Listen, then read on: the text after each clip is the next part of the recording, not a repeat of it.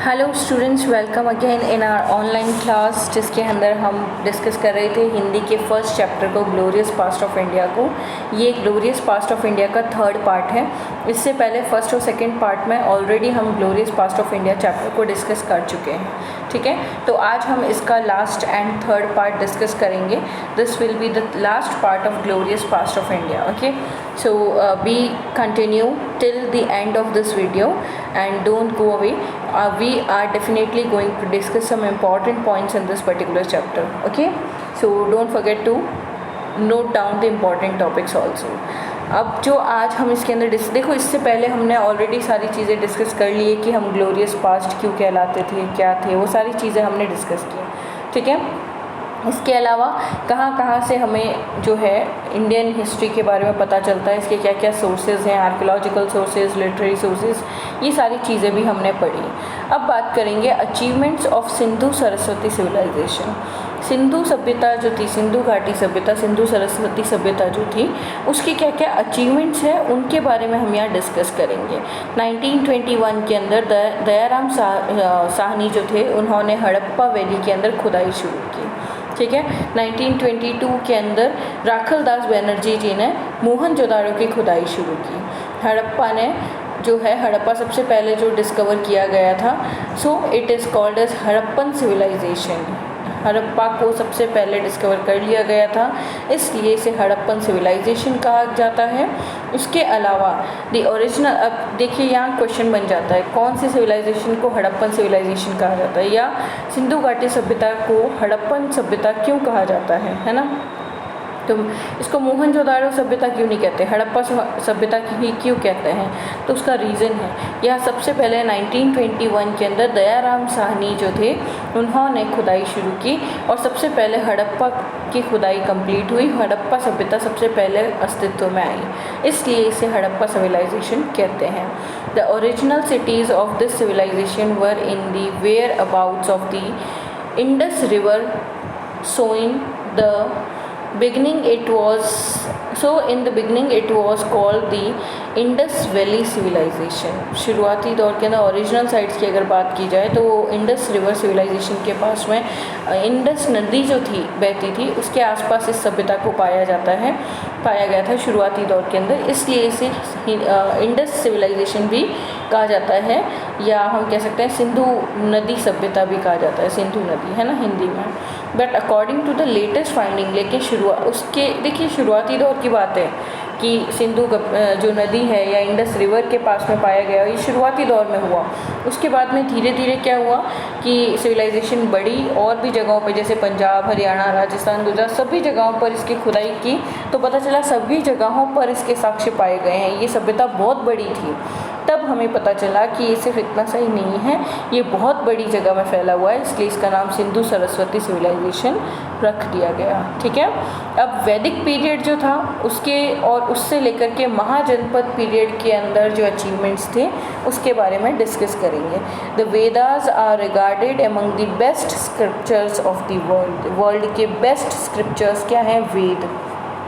मैंने आपसे डिस्कस किया था लिटरेरी सोर्सेज, जो पढ़ने से हमें पता चलता है, पढ़ने से या लिखी हुई चीज़ें, जो प्रशस्तियाँ वगैरह जो लिखी हुई किताबें हैं वो जो हमें मिलती है वो लिटरेरी सोर्सेज हैं, जिनसे हमें इतिहास के बारे में पता चलता है। तो उन लिटरेरी सोर्सेज के अंदर सबसे बेस्ट सोर्स जो है वो है वेद, और ये विश्व स्तर पे सराहनीय है, मतलब पूरे विश्व में फैला हुआ है। ग्लोबली लोग जानते हैं कि वर्ल्ड लेवल पे लोग मानते हैं इस बात को कि सबसे पुरानी और सबसे ऑथेंटिक और बेस्ट स्क्रिप्चर्स जो हैं वो कौन से हैं, वेदास, ओके। वेदों को जो है सिविलाइजेशन का जो हमारी जो सिविलाइजेशन है उसका पिलर माना जाता है। मतलब आर्यन सभ्यता जो है, आर्य ने इस सभ्यता की शुरुआत की, और इस पर्टिकुलर सभ्यता की जो आधार है या आप कह सकते हैं जो पिलर्स हैं वो किसे माना जाता है, वेदों को। 4 वेद हैं, उन वेदों को, ठीक है। उसके बाद में वेदांग भी है, उपवेद भी है, ये सारी चीज़ें भी है, लेकिन यहाँ वेदों की बात की गई है। From the literary point of view, अगर लिटरेरी पॉइंट ऑफ व्यू से बात की जाए तो इंडिया लिटरेचर में सबसे आगे था। उपवेद, वेदास, उपांग, उपनिषद, वेद, है ना।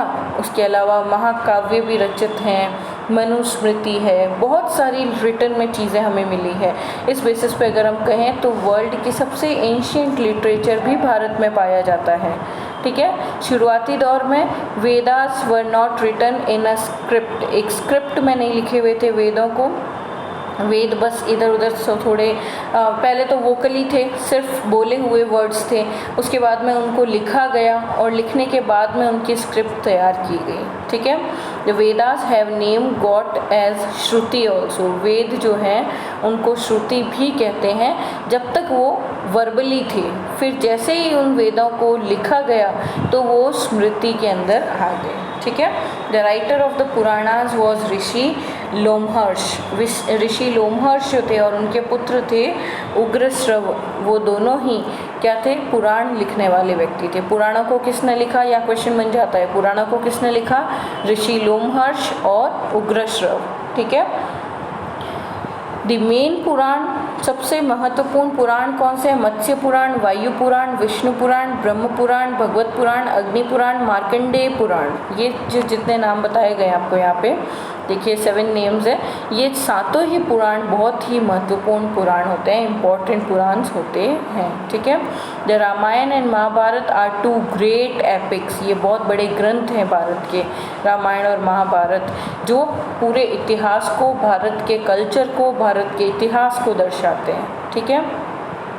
अब बात करेंगे 2500 साल पहले हमें कुछ एविडेंस मिले जिसके अंदर हमें पता चला कि पुराने टाइम में भी कॉन्स्टिट्यूशनल वे के अंदर, मतलब बिल्कुल संवैधानिक तरीके से प्रॉपर एडमिनिस्ट्रेटिव सिस्टम, पूरा डेमोक्रेटिक सिस्टम चलता था, ठीक है, जिसके अंदर राजा को अपनी प्रजा खुद चुना करती थी, प्रजा राजा को चुनती थी, वो राजा रूल करते थे।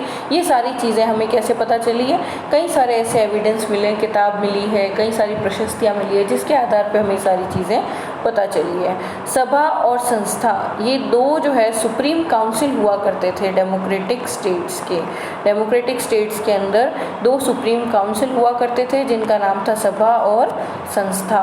अब उसके बाद बात करेंगे हम आश्रम सिस्टम की। आपको सभी को पता है कि हमारे एंशिएंट हिस्ट्री के अंदर according to the Veda and Puranas there are 4 types of ashram, Brahmacharya आश्रम, गृहस्थ आश्रम, वानप्रस्थ आश्रम, है ना।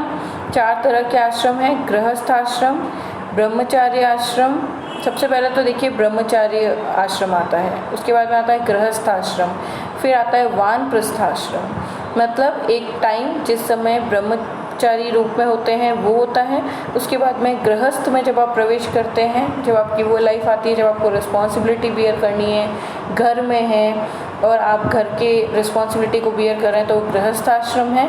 फिर एक टाइम आता है जब आपके बच्चे हो जाते हैं, बड़े हो जाते हैं, वो रिस्पॉन्सिबिलिटी उठाने लग जाते हैं, तो आपका टाइम आ जाता है वानप्रस्थ आश्रम का, मतलब अब आपका समय आ गया है कि आप बिल्कुल वन में जाइए, जंगलों में जाइए और वहाँ पे जाकर के तपस्या कीजिए या स्पिरिचुअलिटी की तरफ रुझान हो जाइए आपका, है ना।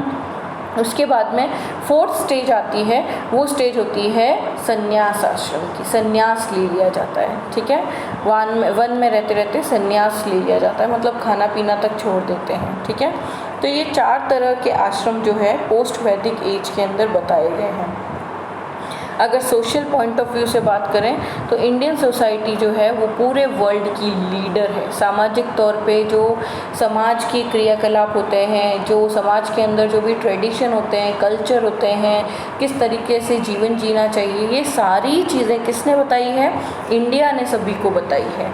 इसीलिए इंडिया के साधु संतों ने क्या कहा है, जन्मना जयते शूद्रा संस्कृते दुविच उच्चायते, इट मीन्स एक ह्यूमन बीइंग जिसका जन्म शूद्र इज़ अ शूद्र बाय बर्थ, जन्म के समय वो शूद्र होता है, लेकिन फिर जैसे जैसे वो संस्कारों को फॉलो करता है वो असलियत, उसका असली जन्म तो तब होता है जब वो चीज़ों को सीखता है, समझता है, ज्ञान अर्जन करता है, और उस समय उसका असली जन्म माना जाता है। मतलब जो बच्चा जन्म लेता है वो तो बहुत छोटा है, उसे तो कुछ आइडिया ही नहीं है, वो तो लिटरली बहुत अबोध बालक है, उसको दिमाग से किसी भी चीज़ के बारे में कुछ आइडिया नहीं है, तो उस समय तो वो बच्चा जो है वो शूद्र कैटेगरी का है। लेकिन जैसे जैसे वो नॉलेज गेन करता है, सीखता है, चीज़ें सीखता है, ज्ञान अर्जन करता है, तो वो एक बहुत बड़ा व्यक्ति बन जाता है, और उसी समय उसका असली जन्म माना जाता है। ठीक है। इसके बाद में इंडिया वॉज रिगार्डेड एज विश्व गुरु, विश्व गुरु के नाम पे, ये तो आप सभी को पता है, इंडिया को विश्व गुरु के नाम से जाना जाता है। मतलब जो कल्चरल क्वालिटीज़ या प्रोस्पेरिटी है, कल्चर जो है, ट्रेडिशन जो है, प्रोस्पेरिटी है, इसको विश्व स्तर पे किसने फैलाया है? भारत ने, इंडिया ने, इसलिए इंडिया को विश्व गुरु माना जाता है। इकोनॉमिक प्रॉस्पेरिटी की अगर बात करें, अगर इकोनॉमिकली बात करें तो भारत गोल्डन बर्ड कहलाती है, ये चीज़ तो आपको अच्छे से पता है। गोल्डन बर्ड किसे कहा जाता है? भारत को। क्यों कहा जाता है? क्योंकि हम इकोनॉमिकली बहुत प्रॉस्पीरियस और बहुत ही ग्लोरियस कंट्री हुआ करती थी। फिर बाद में धीरे धीरे जैसे जैसे ट्रेडिंग के लिए दूसरे लोग आए, फॉरेनर्स आए, और हमारा पूरी तरीके से पतन हो गया, ठीक है। Trade was highly developed. हमारी हिस्ट्री की अगर बात करें तो हिस्ट्री के अंदर हमारा जो ट्रेड सिस्टम था, व्यापार का जो सिस्टम था, वो बहुत ही अच्छा और डेवलप्ड था, है ना। Achievements in the field of art, art के फील्ड की अगर बात करें, कला क्षेत्र में, तो बुद्ध के समय जो है Sarnath, Buddha at Sarnath and is climax of the Indian idol making art, the fresco painting. Fresco painting तो आपको पता ही है, अजंता केव्स में पाई जाती है। और भी अगर आप जैसे विजयनगर में जाएंगे तो वहाँ पे रथ मंदिर टेम्पल, रथ टेम्पल बना हुआ है ना, वो एक अपने आप में कला का बहुत बड़ा उदाहरण है, उत्कृष्ट उदाहरण है। इसके अलावा अजंता एलोरा की केव्स में जाइए, वहाँ पे जो आपको चीज़ें, स्क्रिप्चर्स वगैरह दिखाई देते हैं, स्कल्पचर्स बने हुए हैं, स्क्रिप्चर्स है, रिटन में काफ़ी चीज़ें हैं, और बुद्ध की मूर्ति है बहुत बड़ी। तो ये सब चीज़ें, बुद्ध स्तूप जाइए आप, वहाँ पे आपको आर्ट के बारे में पता चलेगा कि भारत के अंदर कितनी बड़ी आर्ट स्कूल, या हम कह सकते हैं आर्ट की शैली या कला क्षेत्र में हम कितने संपन्न थे, ठीक है। Achievements in the field of art, अगर आर्ट के, साइंस के फील्ड में अचीवमेंट्स की बात की जाए तो हमने साइंस में कई सारे अचीवमेंट्स किए हैं। इसका स्पेसिफिक जो चीज़ें हमें देखने को मिलती है वो वेद में देखने को मिलती है। वेदास को अगर आप पढ़ेंगे तो वहाँ पे साइंस के बारे में बहुत सारी चीज़ें दी गई हैं। इसके अलावा संस्कृत बुक्स भी है काफ़ी सारी, जिसके अंदर काफ़ी सारे सब्जेक्ट्स बताए गए हैं, जैसे साइंस, मैथमेटिक्स, एस्ट्रोलॉजी, केमिस्ट्री। अगर आप पुरानी बुक्स उठाएंगे, हिस्ट्री की बुक्स उठाएंगे, तो उसमें आपको साइंस, मैथमेटिक्स, एस्ट्रोलॉजी, जो चीज़ें हम अभी पढ़ते हैं ना, अभी पढ़ाई जाती है स्कूल्स में, वो चीज़ें बहुत पहले बताई जाती थी, है ना। हमारे वेद, पुराण सभी में बताई गई ये सारी चीज़ें। आयुर्वेदिक सिस्टम से ट्रीटमेंट तो हमारा सबसे उत्कृष्ट उदाहरण है हमारी सक्सेस का, या उत्कृष्ट हम कह सकते हैं तरीके से उसे एग्जाम्पलेट किया गया है, या हम कह सकते हैं कि विश्व में हमारे जो हम कह सकते हैं चिकित्सा शैली की शुरुआत हुई है वो भारत से ही हुई है, ठीक है। शल्य चिकित्सा वगैरह आपने पढ़ा है बचपन में, ये सारी चीज़ें। और इसके अलावा decimal number, fraction, zero, mathematics के इतने बड़े बड़े जो चीज़ें हैं, जो बेस है मैथमेटिक्स का, उसकी शुरुआत, उसका इजाद भी कहाँ हुआ है? भारत में ही हुआ है। तो यहाँ आपको इम्पॉर्टेंट डेट्स दिए, देखिए इम्पॉर्टेंट ईयर और पीरियड्स बताए हैं, जैसे कि चंद्रगुप्त सेकंड का टाइम कौन सा था? 399 से 414 था। हर्षवर्धन का टाइम कौन सा था? 629 से 644 था। टी सांग जो ट्रैवलर थे वो इंडिया में कब आए? 672 से 688 में। कलहण ने राज तरंगिनी कब लिखी? 1150 में, 1150 में। 1872 में क्या हुआ? इंडियन एविडेंस एक्ट बना। उसके बाद में रेलवे ट्रैक कब बना? लाहौर से लेकर कराची तक बना। ये कब बना? 1856 में। 1861 में इंडियन आर्कियोलॉजिकल सर्वे ASI इस्टेब्लिश किया गया कनिंगम में। किसके डायरेक्शन में? कनिंगम के डायरेक्शन में, ठीक है। उसके अलावा मिस्टर जॉन मार्शल जो थे उनको अपॉइंट किया गया ASI का अध्यक्ष 1904 में।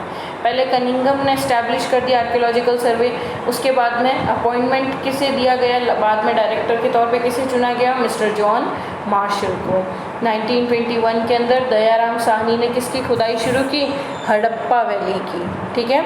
इसके अलावा ये इम्पॉर्टेंट वोकेबलरी है कि रॉक ड्वेलिंग किसे कहते हैं, शैल चित्रकला किसे कहते हैं, नॉन रिलीजियस लिटरेचर किसे कहा गया है, शैल आश्रय किसे कहा गया है, त्रिपिटक किसे कहा गया है, बालीहरत किसे कहा गया है, टेक्सिस को, गोप किसे कहते हैं, द हेड ऑफ जन, कुलुप किसे कहते हैं, कुल जो होता है, एक फैमिली जो होती है उसका जो हेड होता है उसे कुलुप कहते थे। इस तरीके से ये सारी चीज़ें एक पर्टिकुलर काउंसिल में सबसे जो मिनिमम नंबर के जो मेंबर्स होते हैं उनको गणपूर्ति कहते हैं, है ना। तो ये सारी चीज़ें जो है मैंने आपको बताई है आज के इस वीडियो में। आप फिर से इन सारी चीज़ों को रीड आउट कीजिए, समझिए और कमेंट सेक्शन में मुझे बताइए। अच्छा, कमेंट सेक्शन तो ऑलरेडी ऑफ है आपका, आप मुझे व्हाट्सएप पे पर्सनली बताइए कि आपको समझ में आ रही है या नहीं चीज़ें, और अगर आ रही है तो आप इन सारी चीज़ों को नोट कीजिए, सभी इंपॉर्टेंट पॉइंट हैं, और मुझसे शेयर कीजिए। स्पेशली आज का जो होमवर्क है आपको वो है ये इम्पॉर्टेंट ईयर और पीरियड जो है, इवेंट डेट जो है वो, और ये वोकैबुलरी, इसको आपको होमवर्क में अपनी नोटबुक में करना है, ठीक है। Thanks for watching, bye bye, take care.